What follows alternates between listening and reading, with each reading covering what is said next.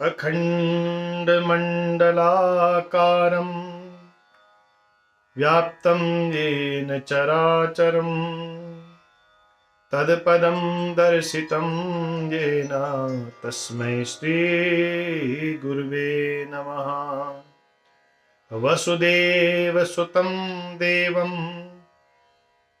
कंसचाणूरमर्दनं देवकी परमानन्दं कृष्णं वन्दे जगद्गुरुम्।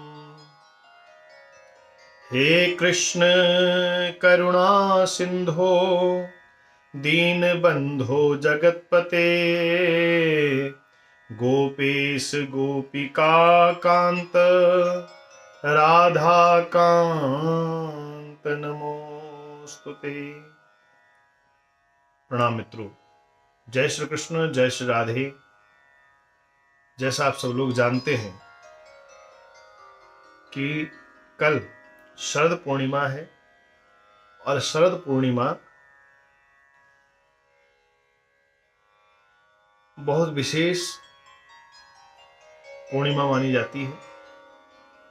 वैसे तो प्रत्येक पूर्णिमा का अपना महत्व है, लेकिन शरद पूर्णिमा कहते हैं कि शरद पूर्णिमा के बाद से शरद ऋतु का आगमन हो जाता है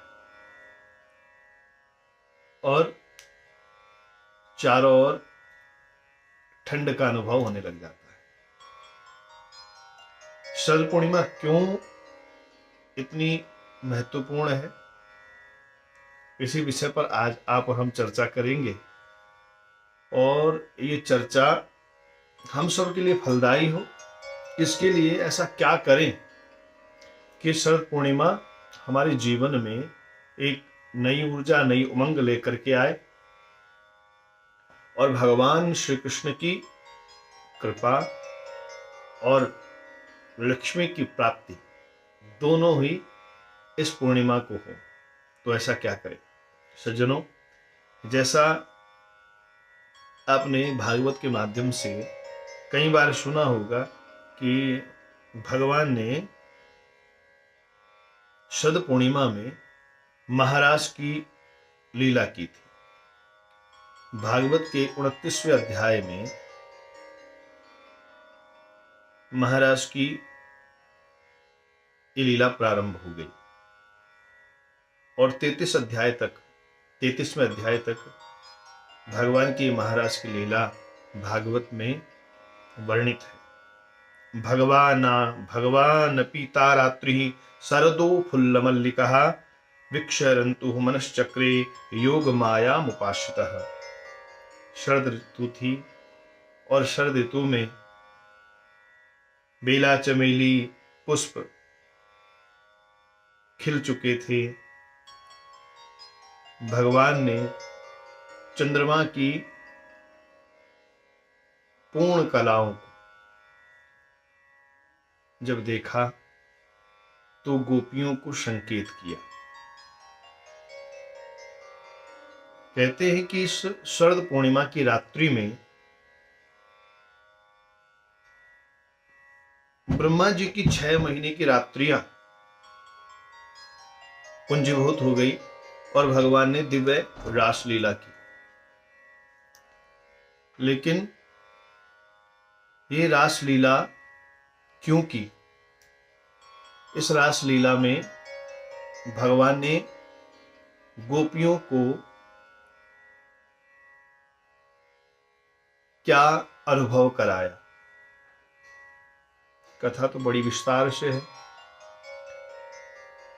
लेकिन इसको अगर हम सूक्ष्म रूप से देखें, थोड़ा संक्षेप से देखें, तो परमात्मा और आत्मा का मिलन ही ये महारास है।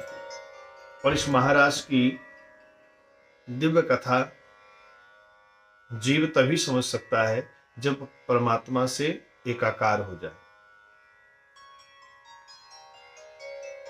आज शरद पूर्णिमा के विषय में हम चर्चा करने बैठे हैं और शरद पूर्णिमा में कहते हैं कि मां लक्ष्मी का प्राकट्य हुआ। चंद्रमा अपनी पूरी 16 कलाओं के साथ विद्यमान होते हैं, विराजमान रहते हैं, और कहते हैं आज पूर्णिमा के दिन, पूर्णिमा की रात्रि को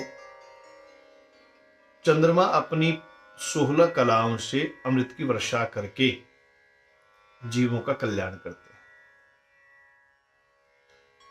पूर्णिमा के दिन जो भगवती लक्ष्मी को उनका परम प्रिय भोग खीर निवेदित करते हैं, उनके घर में कहते हैं मां लक्ष्मी की असीम अनुकंपा उन लोगों को प्राप्त होती है। इस शरद पूर्णिमा के दिन,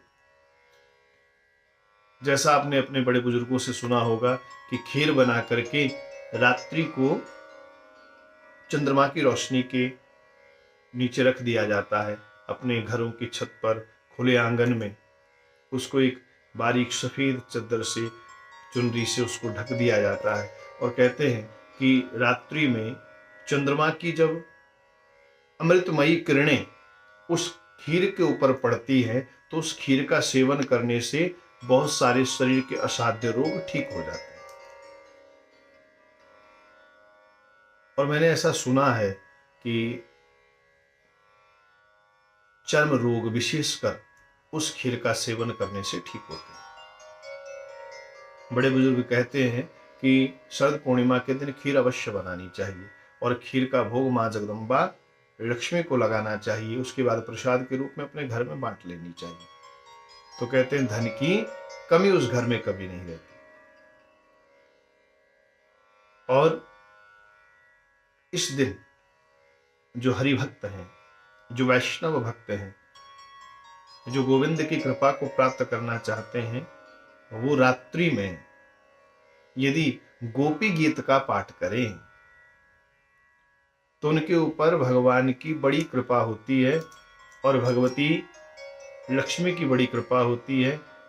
श्री राधा जी की कृपा से उनके जीवन में भगवान कृष्ण की समीपता, निकटता और भगवान की दिव्य जो लीला, भगवान की नित्य लीला होती है, उसमें प्रवेश करने का योग्य जीव हो जाता है। उस जीव के अंदर वो योग्यता आ जाती है कि भगवान उसे अपनी नित्य लीला में, निज लीला में प्रवेश कराए। कहते हैं कि शरद पूर्णिमा के दिन ही भगवान शंकर